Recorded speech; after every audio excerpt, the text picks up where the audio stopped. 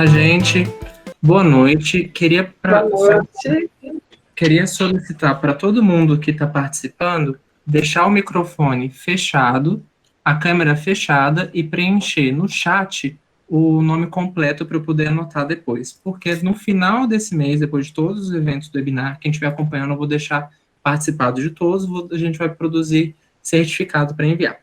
Peço desculpa se acabou enrolando. O webinar foi uma ideia que surgiu e é a primeira vez que eu estou organizando esse tipo de evento desse formato, então tá uma pessoa só trabalhando e tem assim a dificuldade de coordenar tudo, tá bom? Então peço para todo mundo deixar a câmera desligada e o áudio desligado, só deixar o áudio ligado eu e a Júlia, ok? Certinho, então vamos começar. O webinar de hoje, a gente vai falar sobre diversidade de gênero e diversidade sexual. Eu sei que, assim, o tema é muito amplo, então a gente não vai conseguir, dentro de 45 minutos, 50 minutos, que é o período planejado para o webinar, falar sobre toda a profundidade desse tema. O principal foco é a gente poder abordar o que é importante na diversidade de gênero e diversidade sexual para a população que vai atender essas pessoas, né? Então, o foco principal do projeto é a gente poder introduzir o universo LGBTQIA+, o universo LGBT+, para a gente poder resumir a sigla, para pessoas que vão atender essa demanda, né? Sei que aqui tem, além de profissionais de saúde, acadêmicos, e também tem pessoas de outras profissões, então, para poder contextualizar um pouco a ideia do projeto, explicar a ideia do projeto. Surgiu, eu pensei esse projeto depois que eu li uma notícia que à medida que começou o fechamento dos comércios e o isolamento do coronavírus e a crise do coronavírus, muitas ONGs que fazem amparo à sociedade, a pessoas da comunidade LGBT, acabaram perdendo fonte de renda, então não estavam conseguindo sustentar esse auxílio para essas pessoas. E a ideia foi, principalmente, poder prestar essa assistência para quem depende muito da assistência de ONGs, né? Então, a ideia surgiu daí, eu agradeço muito que todo mundo topou participar, os meus convidados que toparam participar, agradeço a Associação Brasileira de Estudos de Medicina e Saúde Sexual por apoiar, e a Associação Nacional de Travestis e Transsexuais, a ANTRA, por apoiar também esse projeto. Para me apresentar, meu nome é Eduardo Pérez, eu sou médico generalista, clínico geral, sou sexólogo clínico, atuei no ano passado como médico clínico do ambulatório de terapia hormonal para pessoas trans e travestis na UBS República, na atenção primária no centro de São Paulo, e agora estou me especializando em saúde LGBTQIA+, então saúde de pessoas que estão fora do espectro heterocis normativo, que a gente vai falar mais para frente sobre. Queria deixar a Júlia se apresentar. Boa noite, eu sou médica generalista também, atuo em saúde da família e saúde da mulher, com atenção primária, visando o olhar integral do sujeito, né, e me oriento pela psicanálise também. Né? Então, sou psicanalista, companhia terapêutica e sexóloga. Conheci o Edu na nossa especialização em sexualidade e terapia sexual. Foi um encontro muito rico e tem sido, para a gente desdobrar, né, os aprendizados e as discussões sobre essa temática. Participo do coletivo Feministas de Psicanálise Divã e do grupo Corpo e Cultura, que discute questões de alimentação, de corpo e saúde. E eu acho bem interessante essa proposta também, a gente se colocar, né, como sujeitos aqui, da onde a gente vem, da onde a gente fala. Porque, além da nossa formação formal, muito do que a gente vai dizer diz do nosso olhar, da nossa experiência, através das questões que nos atravessam, né? Eu me reconheço como mulher, branca, cis, heterossexual, de classe média, ensino superior, do sudeste do Brasil, e todos os privilégios e questões que isso atravessa, né? Para poder olhar. Porque eu acho que, acima de tudo, a gente falar de sexualidade é falar politicamente dessa questão. Exato. Para quem ainda está chegando agora, eu vou solicitar deixar a câmera desligada, o áudio desligado e mandar o nome completo no chat. E para complementar o que a Júlia está falando, né, que a gente vai estar abordando aqui, não só nesse seminário, mas em todos os outros seminários que vão estar acontecendo ao longo do mês, temas que, embora sejam voltados para a área da saúde, eles abordam questões muito além de questões biológicas, né? Abordam questões sociais, questões humanas, que são importantes de serem discutidas e nem sempre elas fazem parte do nosso currículo enquanto profissionais de saúde. Eu não tenho uma visão adequada, pode ser às vezes uma visão muito ultrapassada. Então, por isso que é importante a gente começar a falar disso. Para poder também me apresentar, além de apresentar meu currículo, né? Eu sou goiano, me identifico como homem cisgênero, gay, negro, e muito do que eu vou falar atravessa essas vivências também. Então, a gente já falou da nossa apresentação, eu queria também falar o que é o gênero que a gente vai estar falando, porque afastar um pouquinho essa ideia de gênero como algo simplesmente biológico, né? Então, o gênero, lá em 1955, o psiquiatra e estudioso da sexualidade John Money, americano, ele criou a definição de identidade de gênero, separando a ideia de gênero como o sexo biológico, né? Que a gente também vai falar um pouquinho mais sobre isso, que introduziu essa discussão de gênero como algo que vai além do biológico, porque ele tem fatores de influência psicológica e influência social. Então, o gênero, como a gente vai discutir hoje, é um gênero biopsicossocial.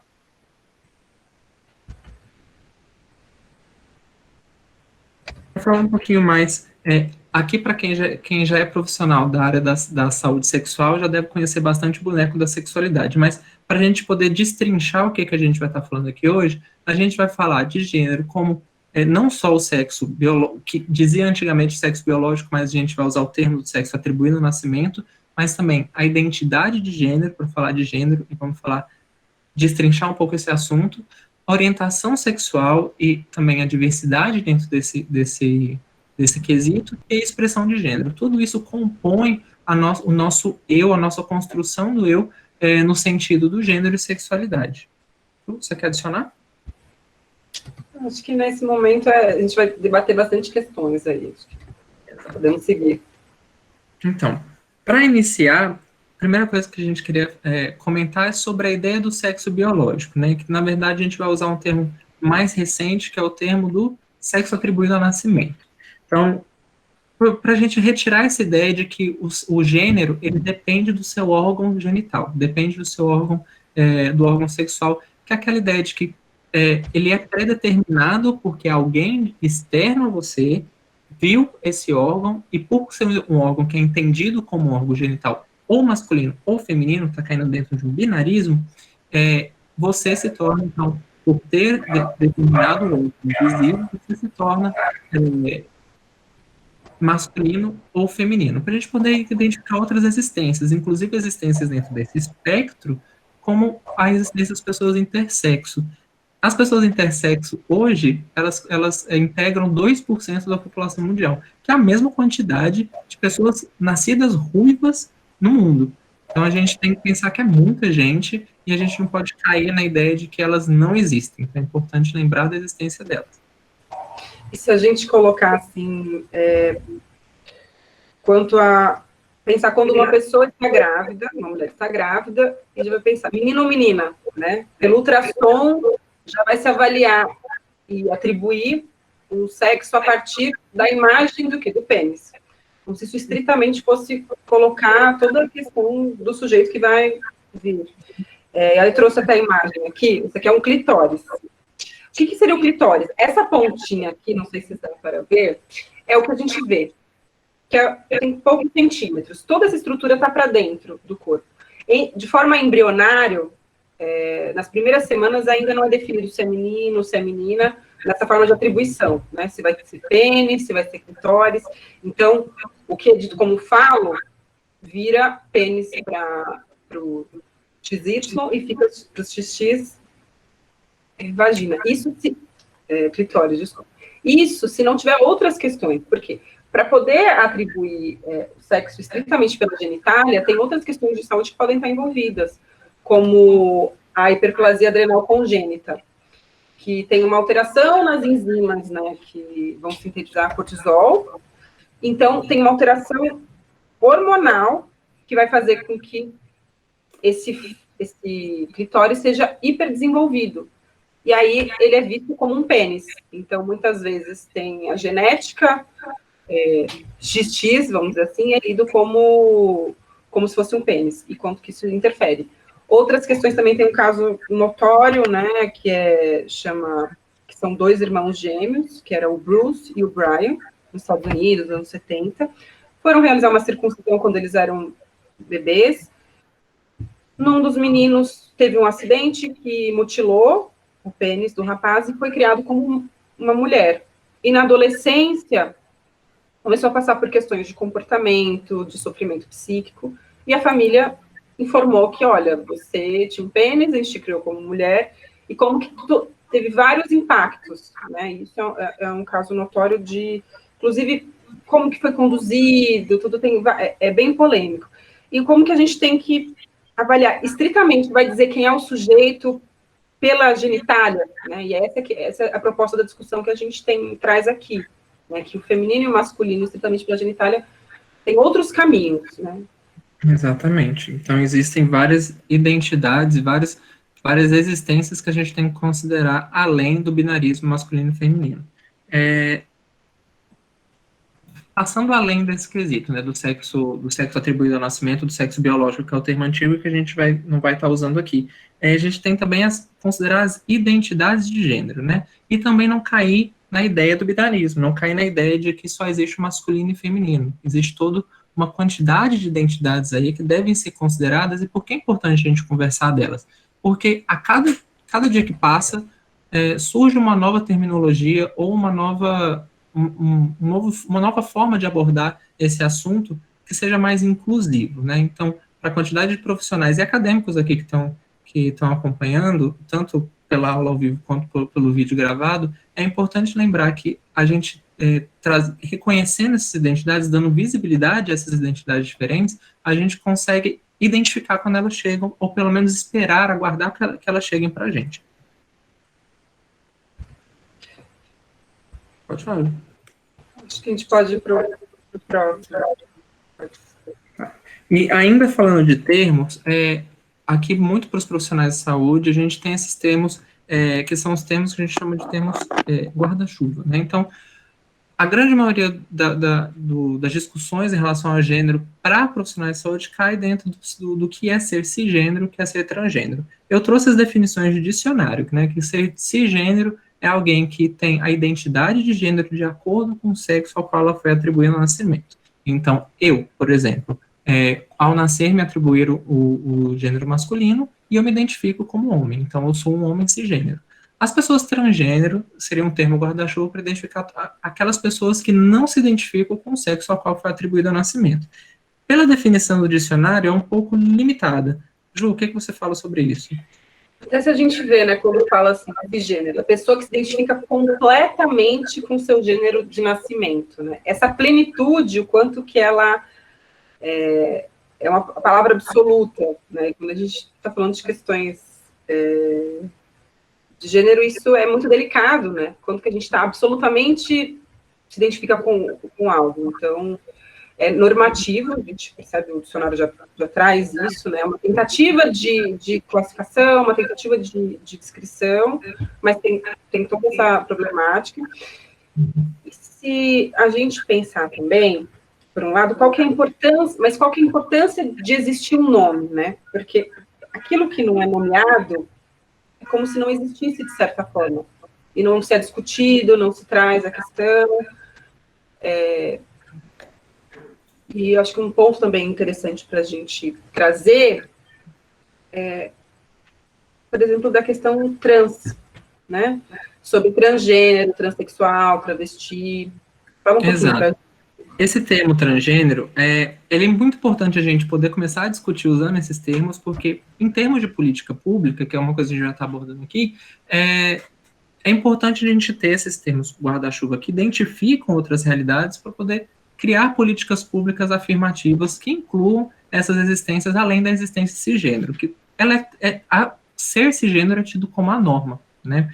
Então, todas as existências transgênero, fora da normatividade cisgênero, a gente tem um termo que engloba todas. No Brasil, e principalmente nas sociedades latino-americanas em geral, a identidade travesti é uma identidade que acaba criando muita confusão dentro da população transgênero, porque a gente tem alguns conceitos dentro da medicina que são equivocados em relação a ser transgênero e ser travesti. Por que hoje, na maioria das políticas, a gente inclui a distinção entre pessoas trans e travesti. E esse tema é muito uma questão, peço desculpa pelo barulho da rua, esse tema é muito uma questão política, né? Então, principalmente por a gente estar trabalhando com uma pauta identitária. Uma ativista trans de São Paulo, a Daniela Andrade, ela comentou uma vez em uma palestra, inclusive ela falou isso em várias palestras, na verdade, que não se dorme travesti numa maca cirúrgica e se acorda transexual, com aquela ideia de que uma pessoa transgênero é uma pessoa que passa ou aceita a transição cirúrgica ou a transição hormonal e cirúrgica, e uma pessoa travesti é quem não aceita, né? Então, na verdade, dentro da sociedade latino-americana em geral, no Brasil e outros países da América Latina, a pessoa travesti está muito associada a uma pessoa que é trans, que é da população transgênero, mas tende a ser mais marginalizada, né? Então, não necessariamente uma questão de satisfação com algo no corpo, mas é muito uma identidade política, e é por isso que é importante, quando a gente está abordando pessoas trans, a gente também ressaltar essa identidade dentro dessa população, porque ela é muito predominante no Brasil, e por ser uma identidade política, a gente não levantar esse nome, a gente acaba invisibilizando mais e pode acabar perdendo a oportunidade de garantir direitos, ou garantir progressos nas pautas identitárias para essa identidade específica. Exato, acho que é interessante trazer, porque tem toda uma problemática quando a gente fala de movimentos identitários, porque a gente pega um grupo de pessoas diversas, são sujeitos com diferentes subjetividades, a gente não vai olhar para essas questões. Essas questões vão passar de formas diferentes em cada indivíduo. Mas, quando a gente pensa do ponto de vista de movimento político, para pensar em acesso, segurança, respeito, políticas públicas, leis, questões trabalhistas, é importante, isso tem força. Então, é nesse sentido que é importante haver um nome. Exatamente, que para quem é fora da área da medicina, todos esses critérios diferentes que a Ju falou, são critérios que são determinantes da saúde, né? Então, para cada população existem determinantes de saúde diferentes, e é por isso que políticas públicas são importantes serem trabalhadas para poder garantir que esses determinantes sejam mais igualitários para todo mundo. E o que a gente está falando muito é da ideia de gênero, não como esse binarismo, né? Existe só o gênero A ou o gênero B, mas sim um gênero que é um espectro. Então, você pode ter uma variedade de apresentações de gênero que vão desde a masculinidade até a feminilidade por vários gêneros. O que a gente chama de gênero fluido, que pode entrar na neutralidade, são, de novo, várias identidades aí que dá uma aula só para falar disso. E, inclusive, a negação da masculinidade e da feminilidade, uma pessoa que não se reconhece dentro desses dois padrões binários. Então, o gênero, a gente passa a deixar de entender como um binarismo, como só dois gêneros possíveis, ou como sexo biológico, e começa a entender como um espectro, uma apresentação que pode vir de várias formas diferentes. E a fluidez, ela pode se fazer naquele momento, a pessoa se identifica fluido entre diversos gêneros, mas também pode ser a questão da fluidez de pensar na passagem do tempo, né? E até tem casos, por exemplo, da família das Kardashians, tem o Jenner, que ao longo da vida performou, se identificou como homem, e aí, depois da maturidade, fez o processo de transição. Será que antes se identificava como mulher ou não? A gente não tem como saber, né? São questões que é o sujeito que tem que dizer de si, né? E o mais importante, acredito, quando a gente trabalha com esse tema, é de ouvir e respeitar e assumir que existem diferentes formas de performar a sexualidade, tanto da forma de interação com outras pessoas, quanto a forma de identidade.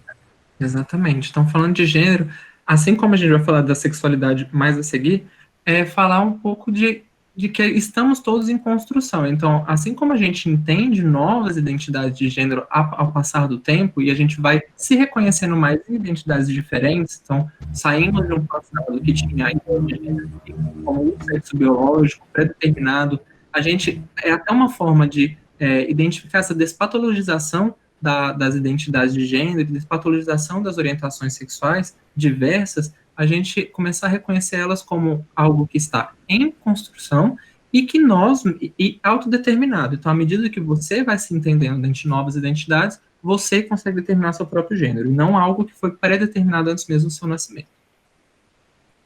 E já falando de diversidade de gênero, aqui a gente também entra na diversidade de orientação sexual. Essa mandala, que é a mandala sexual, ela foi desenvolvida por vários doutores, doutor Tiago Campos, do sul do país, um médico de família e comunidade, para poder trazer a ideia de que não existe só dois sexos e e só o interesse bissexual, heterossexual ou homossexual, que existe toda uma diversidade que a gente pode reconhecer dentro dos diversos sexos biológicos, os diversos interesses de expressão de identidade de gênero e de orientação sexual. E até, às vezes, essa imagem, a ideia é poder visualizar que existe uma gama imensa de possibilidades de interações, né? E não necessariamente estáticas também. Uhum. E importante para a gente ampliar o olhar sobre a diversidade mesmo. E não necessariamente ter que entender, saber o nome de cada um ali. Às vezes pode ter a denominação que a pessoa der para aquilo. A gente tem que legitimar, isso que é o mais importante, porque a gente está dizendo sobre o outro. Né? Exatamente. Assim, é bastante coisa que a gente vai vendo, e parece que assim, uma diversidade tão grande, é impossível que eu vou conseguir identificar ou ver tudo isso de primeira, ou então que eu vá decorar todos os nomes, todas as orientações, todas as identidades de gênero diferentes. E essa não é a intenção, né? A intenção é que você saiba que existe.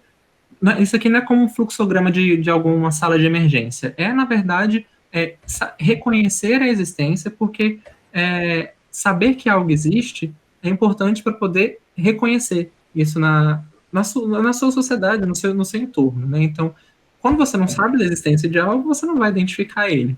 E é importante a gente dar visibilidade, e esses tipos de fluxograma, essas mandalas, essas imagens, são todas nessa intenção, tá? Não é nada para você se decorar, para ficar assustado que isso aqui eu preciso decorar para a vida. Eu não sei se seria interessante, desculpa, para a gente trazer os exemplos, mas aí acho que o próximo slide a gente acaba abordando isso.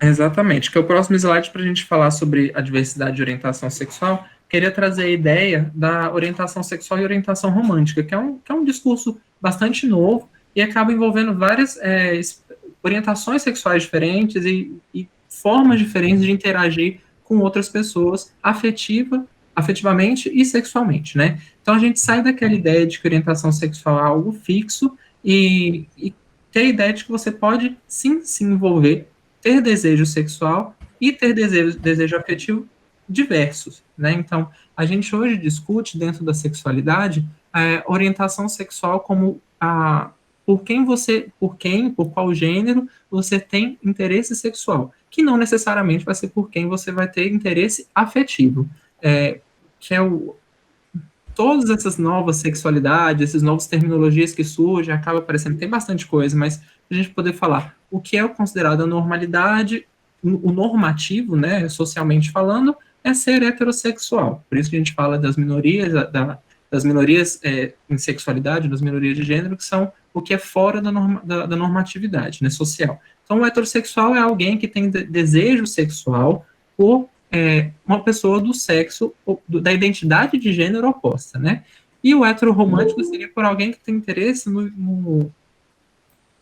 também na identidade de gênero, mas interesse afetivo, não só interesse sexual. E existem pessoas que podem variar entre isso, podem ser homossexuais heterorromânticos, homossexuais birromânticos, podem ser pansexuais polirromânticos. Isso tudo são novas terminologias que, novamente, para a gente poder reconhecer as várias identidades. E para poder identificar também que, pelo fato de você ser trans, você pode sim ser heterossexual, você pode sim ser homossexual, que não é algo pré-determinado. Uma ideia muito errada que a gente tem de que toda pessoa trans é ou foi homossexual, por ser trans, por seguir o desejo de acordo com o sexo ao qual nasceu. E isso a gente conversa, não é de agora, é uma conversa que vem desde 1948 com a escala de Kinsey, lá no começo dos estudos da sexualidade, com Albert Kinsey nos Estados Unidos, quando ele introduziu a ideia da sexualidade, da bissexualidade e da orientação sexual também como um espectro, né? Então, a gente trazer a orientação sexual com pessoas que têm uma preferência maior por determinado gênero, mas podem ter relações sexuais, relações afetivas com outros gêneros, dependendo do que acontece na sua vida, das decisões que tomam na vida, sem que essa pessoa acabe mudando de orientação sexual, né? Ju? E até para a gente voltar até para a questão da fluidez, o quanto isso também não necessariamente é estático, né? Que a pessoa se identifica com uma orientação sexual e ao longo da vida ela pode perceber por experiências, por questões próprias, subjetivas dela, de experienciar e performar se identificar com outra questão de orientação. Isso são questões que vão também muito dos movimentos sociais e são terminologias que podem surgir também novas, são questões que a gente tem que estar atento e escutar, como sempre. Exatamente. Aqui a gente falando de questão social, é importante a gente lembrar que a heteronormatividade, ela é algo que é aprendido culturalmente, né, na sociedade. Então, a gente é educado desde criança a se reconhecer enquanto hétero. Inclusive, nós vivemos um país que tem influência muito grande das religiões cristãs, então isso acaba determinando como que a gente vai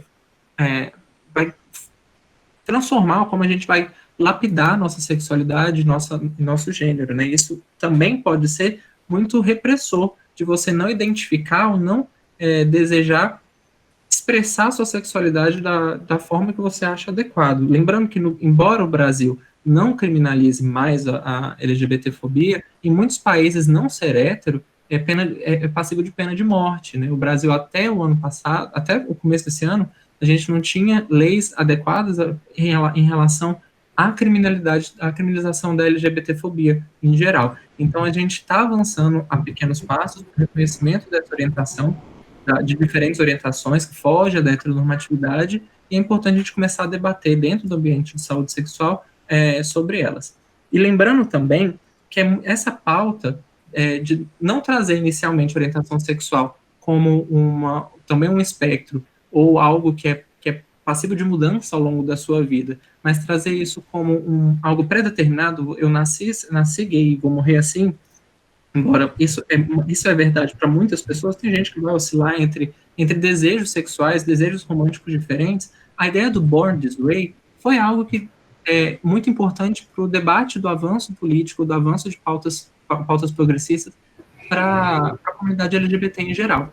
Porque a gente consegue, dessa forma, tentar normalizar, né? Mas agora que a gente está avançando também nos direitos, é importante de avançar nas ideias, para não criar a ideia da orientação sexual como algo fixo, como uma forma de angústia para a população LGBT. Quer adicionar alguma coisa, Ju? Eu fico pensando que eu acho que é interessante abordar um pouco sobre a questão do assexual, por exemplo, e a romântico, né? Que pode não necessariamente a pessoa pode se relacionar afetivamente com pessoas, mas não ter o desejo de ter um envolvimento sexual. Uhum. Exato. Isso não Agora, né? E o quanto que a libido, ela vai além para outras questões da vida, né? A libido pode estar não estritamente no ato sexual, ela pode estar presente também no trabalho, ela pode estar presente em relações interpessoais, em outras atividades. Então, vem surgindo essas formas, porque a sexualidade, ela é colocada também de uma forma, se a gente pensa relacionada com o contexto histórico que a gente estiver vivendo, o contexto cultural, em que o local que país estamos falando, dentro daquele país, se é um ambiente urbano, se é um ambiente rural, vai dizer muito de como que aquela sociedade vê e performa o que é dito como normativo, né, como você disse. E isso faz muitas vezes as pessoas questionarem a forma como eu desejo o outro, a forma como eu me identifico, isso é normal? E eu acho que esse conceito que é importante a gente questionar bastante sobre o normal ou não.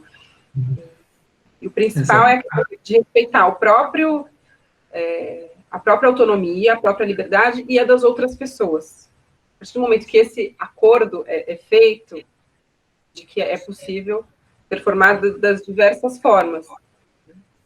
Exatamente. E aqui a gente tem um dado da Associação The Trevor Project, que é uma associação americana que também de amparo à comunidade LGBT, que eles fizeram avaliação dos jovens que estavam se afiliando a essa associação, estavam ali fazendo uso delas, para identificar como eles se identificavam, né? E a gente pode ver que um quinto deles fogem da binaridade de gênero e da binaridade também sexual. Então, foge da ideia, eles estão dentro do espectro que a gente chama de queer, né? Que é tudo que foge do que a gente comentou antes, agora, da cis heteronormatividade. Então, um espectro de apresentação de orientação sexual e um espectro de apresentação de identidade de gênero também. E é algo que, se isso é a juventude que tá vindo, e é uma juventude que consegue reconhecer outras identidades de gênero, outras identidades sexuais, é importante que a gente saiba que eles existam e saiba que a gente tem que saber receber eles também dentro do consultório, dentro das nossas pautas de saúde, para poder garantir que eles sejam visibilizados, né? Não negar a existência dessas pessoas. E é muito importante também que a gente trabalhe dentro do consultório duas coisas que são básicas. Não deduzir ou não presumir qual que é o gênero ou qual que é a sexualidade do paciente ou da paciente que está chegando aqui. Então, sempre perguntar qual que é, na identificação, junto do nome, da profissão, que é uma coisa que a gente sempre pergunta na nossa anamnese, perguntar qual gênero se identifica, perguntar qual orientação sexual, para que a gente não caia na infelicidade de reproduzir normatividades, né? Exato. Eu fico pensando também, por exemplo, numa avaliação de saúde de uma mulher, né, que é lida como mulher, vamos colocar assim, né? Aí ela está numa avaliação ginecológica e aí se presume que, como que faz para prevenir gravidez? Tem dor na relação, alguma coisa assim? E às vezes a pessoa, não tenho relação, ou não tenho penetração, onde entra a sexualidade na vida dessa mulher, e se ela se lê como mulher, que já cabe esse início, não é porque é uma consulta de avaliação ginecológica, por exemplo, que não, sim, são todas mulheres, né? Tem homens trans que vão e precisam ir a uma avaliação ginecológica. Uhum. Então, a gente começar a falar dessas existências diferentes, né? A gente está falando de melhor direcionar o nosso diagnóstico, melhor direcionar o nosso acolhimento. É uma medicina centrada na pessoa. A gente sair dessa ideia de uma medicina que está só focada nas queixas e poder entender o paciente como um todo, né? Entender todo o entorno do paciente e da paciente. Isso inclui, obviamente, gênero e sexualidade. E para a gente não cair na ideia da heteronormatividade, a gente tem que discutir a expressão de gênero, porque quando a gente identifica outra pessoa, características dela que possam ser lidas como do masculino ou como do feminino, ou coisas de homem ou coisas de mulher, a gente acaba caindo em padrões que já são pré-determinados socialmente, né, de gênero e de sexualidade. Então, se me chega uma mulher no consultório, uma pessoa que é lida como mulher, ou interpretada como mulher, ou por ter algum órgão genital socialmente lido como feminino, a gente interpretá-la como mulher e ela não se identificar como tal, eu posso estar criando uma situação iatrogênica, né, que é criar uma situação que não é saudável para ou para esse paciente. Então, a gente discutir expressão de gênero, a gente discutir o que são essas coisas que a gente lê como de homem, que a gente lê como de mulher, e discutir outras pautas que envolvem também a expressão de gênero, como papel de gênero, e que é como papel de gênero, e outros assuntos que envolvem aqui, que entram aqui. para falar primeiro de papel de gênero, papel da mulher na sociedade, não é meu local de fala, vou deixar para a Ju liderar essa parte. Acho que aí a gente entra numa seara, assim, né? O que é ser mulher, né? A gente já começa assim. Então, a gente já vê até aqui que é possível ser mulher cis, é possível ser mulher trans, e como que é colocada essa mulher na sociedade, como que ela é vista, o corpo dela, então, desde muito jovem, em geral, é educada para a mulher ser educada, para ser meiga, para ser compreensiva, afetuosa, e o lugar que entra também do cuidado, que se espera que a mulher tenha o cuidado do outro, cuidado afetivo, o lugar também da dupla jornada, de que, por mais que as mulheres estão no mercado de trabalho, já não é de hoje, e continua tendo uma diferença entre a divisão de tarefas do trabalho doméstico, e muitas vezes o trabalho que as mulheres fazem não é remunerado, isso é historicamente, né? Até a Silvia Federici, que é uma historiadora, tem abordado isso bastante ao longo da carreira dela,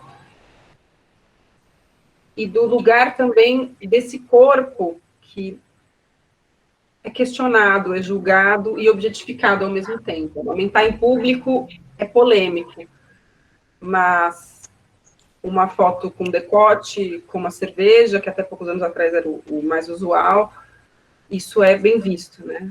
E quanto que se espera de uma mulher da questão de juventude, de magreza, de um padrão de beleza, e todas as opressões que vêm em cima disso, né? A própria questão da discussão da legalização do aborto, né? O aborto ele é criminalizado e é um gênero que ele é criminalizado por isso, sendo que existe o espermatozoide aí que participou dessa questão, né? O que existe com os homens é homens que abandonam, né? E a gente tem um número muito grande de pessoas que não têm o pai numa certidão de nascimento. Vamos ver isso. Então, por mais que a gente tenha passado por muitos avanços, né? E que, se for pensar, no tempo da história da humanidade, é recentíssimo a mulher ter acesso a votar, a democracia, enfim, a gente ainda está lutando e não está dado isso. Não tem nada garantido. Acho que é importante a gente ter que olhar, cansei, não precisa mais lutar, precisa, porque é tudo muito recente na história da humanidade, é uma casquinha, né? E a gente vê aí, por exemplo, a Marta, né, como das maiores jogadoras de futebol do mundo. Até se a gente comparar o quanto que recebe uma mulher de patrocínio, um atleta, de um homem do esporte que tem mais dinheiro envolvido no mundo, é discrepante. Então, há diferenças e em todo o espectro que vai entre esses dois gêneros aí. Exatamente. E o assunto envolve bastante, né, os conceitos os estudos do feminismo, eles vão passar também, eles vão ter seu caminho dentro da saúde, e é importante a gente começar a debater as pautas dos movimentos sociais, as pautas dos movimentos de gênero, dentro da saúde, porque eles influenciam na vida dessas mulheres, influenciam na vida dos homens também, que a gente vai falar mais para frente. Mas para falar mais da pauta feminista, eu acho que é importante você agregar bastante isso. Porque como a gente pode ter esse olhar, essa postura quando a gente está atendendo, por exemplo, é importante a gente avaliar que culturalmente a mulher ela não tem, não é estimulada a assumir o próprio desejo, isso desejo de todas as ordens que a gente pode colocar, né? E tem países hoje em dia ainda que para a mulher ir ao médico, não tem que ir com o pai, ou com o irmão, ou com o esposo, como se ela fosse propriedade, ela não tem autonomia sobre o seu próprio autocuidado, né? Sobre o seu próprio cuidado de saúde. É o corpo dela que vai ser avaliado, não, mas tem que ir uma pessoa lá, né, com ela, isso países muçulmanos mais ortodoxos, e ainda temos uma grande diversidade, né? E quando a gente está avaliando a mulher, de legitimar o que ela trouxer, como questões, poder ser um instrumento na profissão, poder ser um instrumento para poder fortalecer essa autonomia que é importante ser desenvolvida sobre o próprio corpo, sobre as próprias vontades, e legitimar, eventualmente, que ela trouxer, como violências que passou, que podem ser das várias ordens, né? Da ordem física, psíquica, emocional, patrimonial, e etc. Nesse ponto. Sim. E para falar também, por um lado, a gente cai nesse sentido, a gente acaba caindo no binarismo para descobrir, mas para discutir, mas é o que a gente está falando em termos sociais, né? Dos quais são os papéis esperados para quem expressa masculinidade ou quem expressa feminilidade. No caso de quem é esperado expressar masculinidade, a gente tem aqueles que são as coisas de homem, que só agora a gente tem começado a discutir, a repensar a masculinidade em si, né? Então, um homem que é esperado que esse homem seja naturalmente heterossexual, fisicamente apto, corajoso, forte, que ele seja um arrimo de família, que ele esteja sempre no controle, que ele tenha uma prontidão sexual, que ele fale grosso, que ele não chore. Então, todas essas ideias já pré-moldadas do que é ser homem e o que é performar masculinidade, elas, assim como as ideias pré-moldadas do que é ser mulher, isso é ruim. Não só para a população que está dentro da normatividade, a população cis heteronormativa, mas também para toda a população da comunidade LGBT+, que acaba fugindo dessa normalidade. Então, é mais uma forma de opressão em cima dessa população e mais algo para a gente poder raciocinar o que a gente pode estar perpetuando, mesmo sem ter uma vontade, e pode estar criando uma angústia, algum dano psicológico para algum paciente ou pessoa com que a gente convive. Então, essa opressão é muito importante a gente, falando aqui de masculinidade, sabendo que tem homens que estão assistindo, é muito importante a gente começar a questionar o que é que a gente aprendeu que é coisa de homem e o que é que a gente pode começar a desaprender, né, começar a questionar se foi algo que foi imposto para a gente, e inclusive questionar nossos privilégios, né? Então, é importante, enquanto gay, enquanto negro, já sofri muito preconceito nessas pautas, mas enquanto homem, eu tenho que reconhecer meus privilégios, enquanto homem e cisgênero, eu tenho que reconhecer meus privilégios dentro de uma camada social que tem mais privilégios em relação a outros. Vou dar alguns exemplos aqui.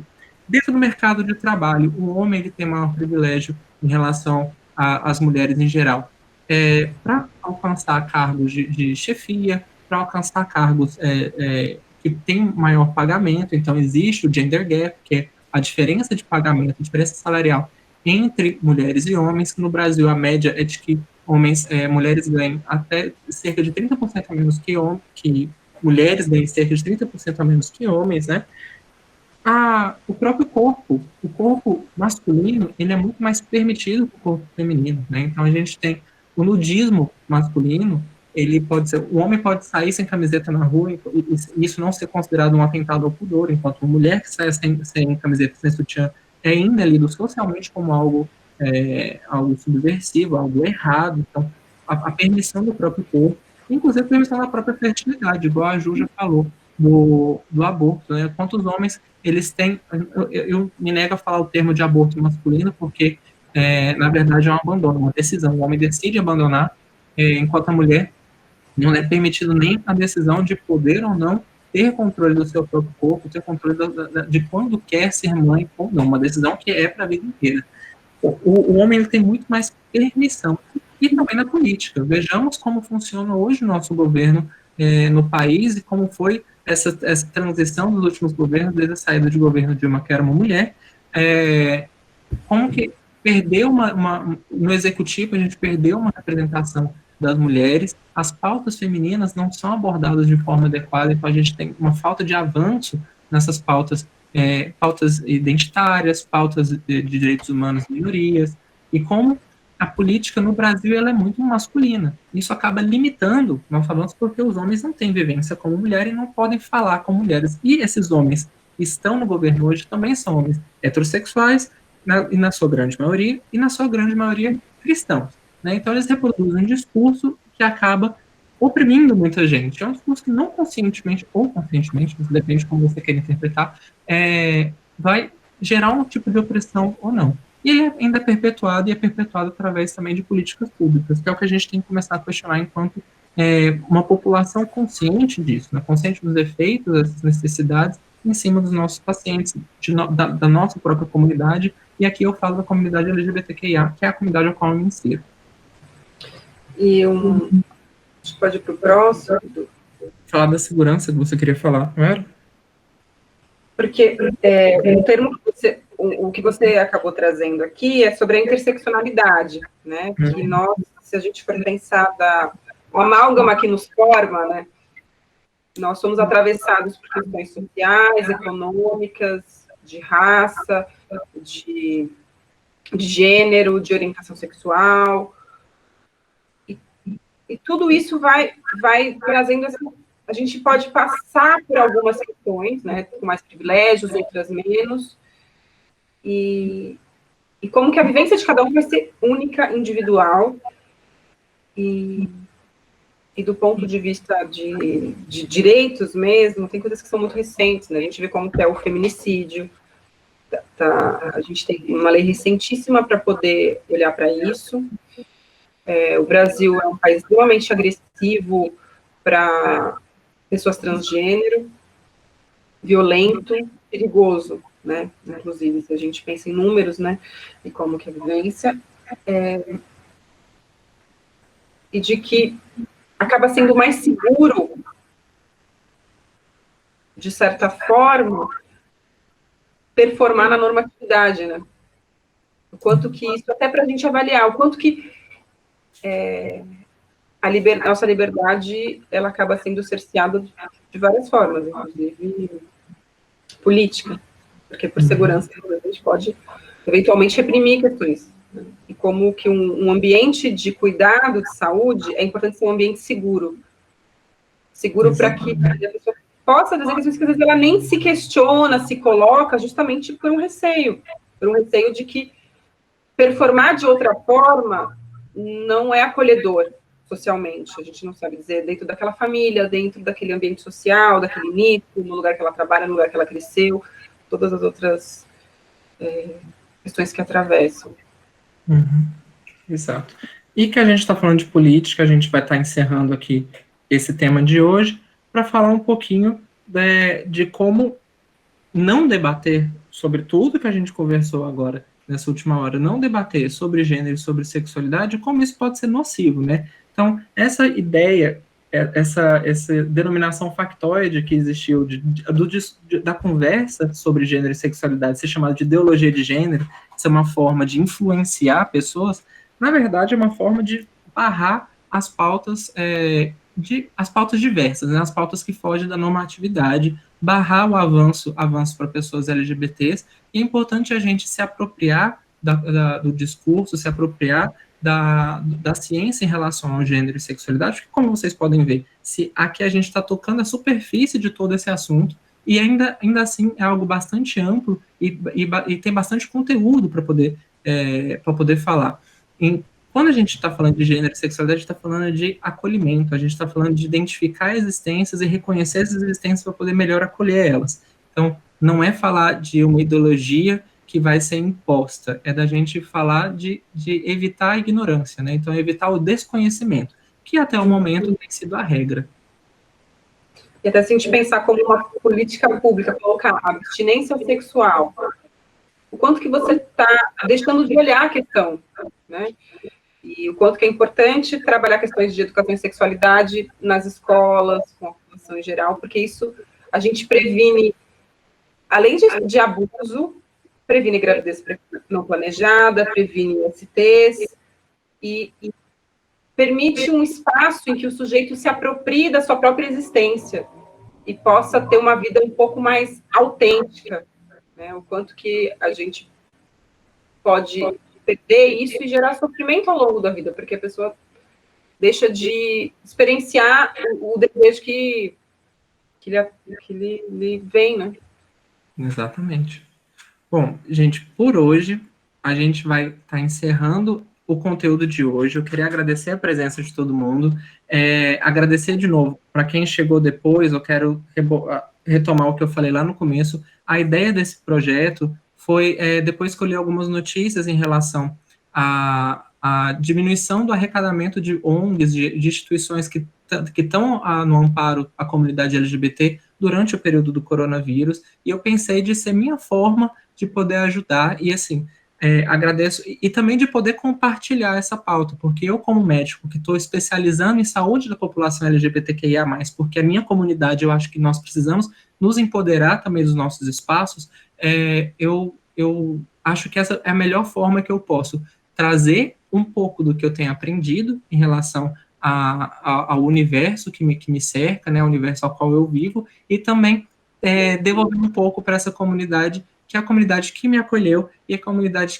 por quem eu dedico o meu trabalho. Então, eu queria agradecer a presença de todo mundo, falar que a próxima aula vai ser no dia 9 de junho, também às 7 horas da noite, com o Léo Veneza, que é advogado, ele é especialista em direitos humanos, trabalha com direito social, também homem gay negro, e vai tá conversando com a gente sobre direitos LGBTI no Brasil. Então, a gente vai estar falando sempre com um foco um pouquinho voltado para a saúde, porque a ideia principal é que a gente possa trazer essas pautas que não são trabalhadas dentro da faculdade de medicina e de outras faculdades de saúde, como eu tenho recebido muitos relatos, para a gente poder trazer visibilidade para toda a comunidade LGBT. Ju, queria agradecer sua presença, se você quiser encerrar também, por favor. Edu, estou muito feliz de estar aqui, parabéns pela iniciativa, pela coragem, pela dedicação, né? E para poder dar visibilidade, temos que olhar, né? E fico muito feliz de ter sido convidada. E vamos seguir com novas aulas, né? Os temas foram muito bem selecionados, os profissionais que vão vir são excelentes. E a participação de vocês é muito importante. A gente agradece que vocês tenham vindo, dedicado o tempo de vocês aqui com a gente. E aí a gente abre para perguntas, para questões, se quiserem colocar no chat. A gente agradece aqui os elogios, estou vendo as mensagens. Muito obrigada. Obrigado, viu, gente? Estou lendo as mensagens também. Eu vou pedir para quem quiser fazer pergunta, mandar agora no chat. A gente vai ficar até aqui é 00:02 para mim. Aí são 8:02. 8:02. A gente vai ficar até 8:10, para não passar muito também do período que a gente combinou aqui de ser 1 hora de aula. Então, quem tiver dúvida, por favor, mandar no site, a gente vai estar selecionando as dúvidas para responder. Provavelmente umas 5 ou 6 dúvidas, que é o que dá tempo. Vamos lá? Se alguém tiver, se não tiver também, só quiser mandar elogio, à vontade. O Ricardo comentou aqui do TED Talk sobre a questão do Born This Way. Interessante. Sim, eu vou adicionar esses links estão todos separados, que é como fica muito carregado para poder mandar pelo slide, todo mundo que está assistindo o material e estiver assistindo as palestras, mesmo que assistiu, eu vou mandar também o arquivo do Drive da aula gravada pelo e-mail e vou subir no meu canal do YouTube, que inclusive, por favor, sigam. Está aqui no cantinho da tela, o canal do YouTube e o meu Instagram, e vou estar deixando lá, junto dos materiais dos links, dos TED Talks que a gente se inspirou para poder falar, das leituras que a gente fez. Queria agradecer, eu não sei se ainda está online, a Rita Von Hunt, que está assistindo, Guilherme Terreri, porque muito do que eu me inspiro para poder ler e tudo mais, eu vejo nos seus vídeos. Agradeço muito a presença. E também a divulgação. E, por favor, divulguem, porque o projeto ainda vai continuar. Então, espero presente de todo mundo aqui. Isso, e para quem começar para as próximas aulas, como vai ter a gravação, quem não viu hoje, por exemplo, se falar com amigos, colegas, vai poder acessar depois essa de hoje, ou se for mais para frente, que participar. Lembrando que esse valor está sendo arrecadado para auxiliar com ONGs, né?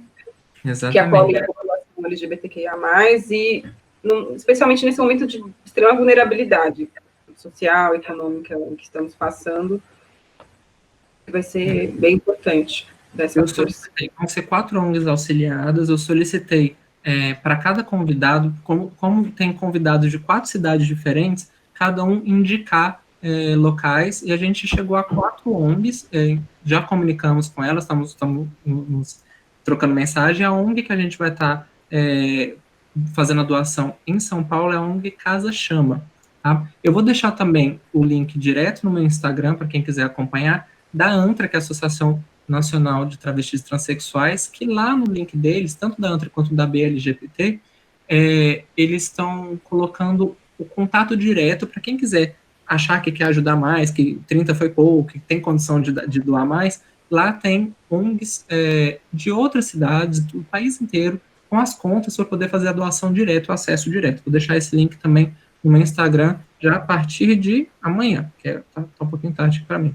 Como eu, pelo jeito, não tem pergunta nenhuma, a gente vai estar encerrando agora, tá? Agradeço de novo a presença de todo mundo e nos vemos na terça-feira, certo?